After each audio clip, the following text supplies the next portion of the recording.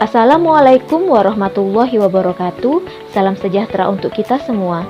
Kami dari kelompok 3 yang terdiri dari Zaini Yulia Putri, Maria Darwis, Siti Susanti Rahma, dan Heni Sarma Uli Barutu akan menampilkan biografi salah satu dari tokoh milenial nasionalis Indonesia, yaitu Bapak Sandiaga Uno.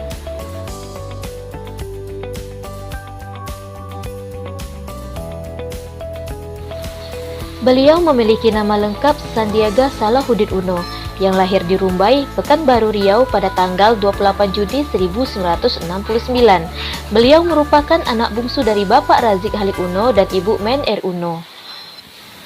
Bapak Sandiaga Uno memulai pendidikannya di SD PKSD Bulungan, kemudian melanjutkan ke SMP 12 Wijaya Jakarta Selatan dan SMA Katolik Pengudi Luhur Jakarta. Beliau merupakan sosok yang cerdas.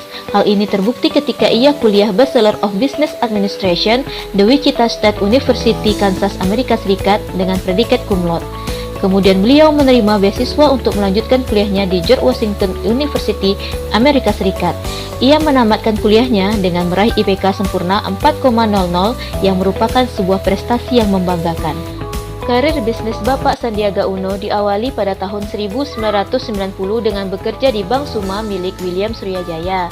Pada tahun 1993, ia bekerja di Singapura dan memilih bergabung dengan perusahaan investasi bernama Sea Power Asia Investment Limited sebagai manajer investasi.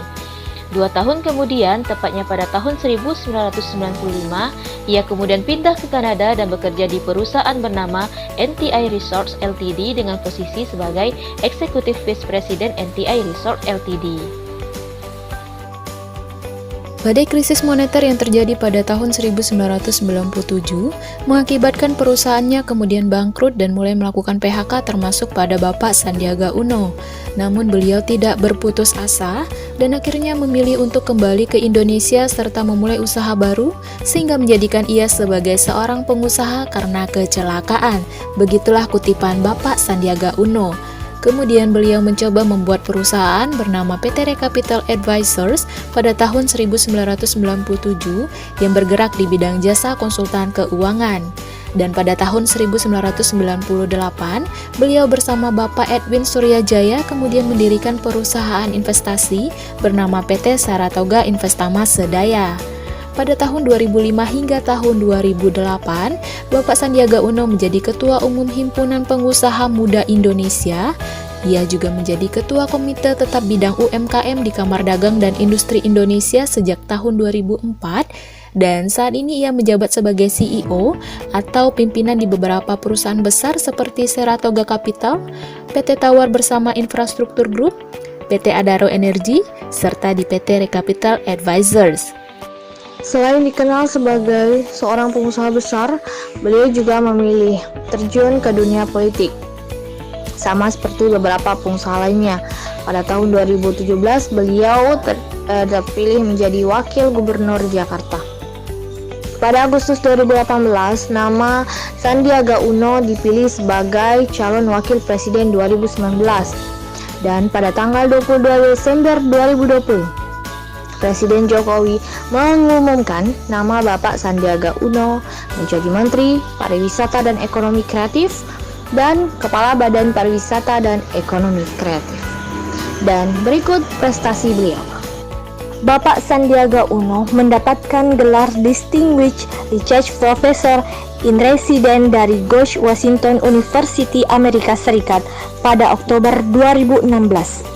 Yang merupakan penghargaan atas konsistensinya terhadap pengembangan kewirausahaan. Penghargaan itu melengkapi penghargaan yang pernah diterimanya sebelumnya, antara lain Entrepreneur of the Year tahun 2008, Asia 21 Young Leaders, Editated First Asia Society 2008, dan Sandiaga Uno masuk dalam daftar 50 orang terkaya di Indonesia versi Forbes 2013. Selanjutnya, komitmen aktualisasi yang dapat diterapkan dari Bapak Sandiaga Uno adalah mencintai tanah air yang dibuktikan dari upaya beliau menciptakan lapangan pekerjaan, yaitu Rumah Siap Kerja, berdiri pada tanggal 16 Maret 2019, yang merupakan tempat bagi para anak muda untuk mendapatkan bimbingan karir dan memiliki misi untuk meningkatkan kualitas sumber daya manusia dan membantu menurunkan angka pengangguran di Jakarta serta seluruh Indonesia.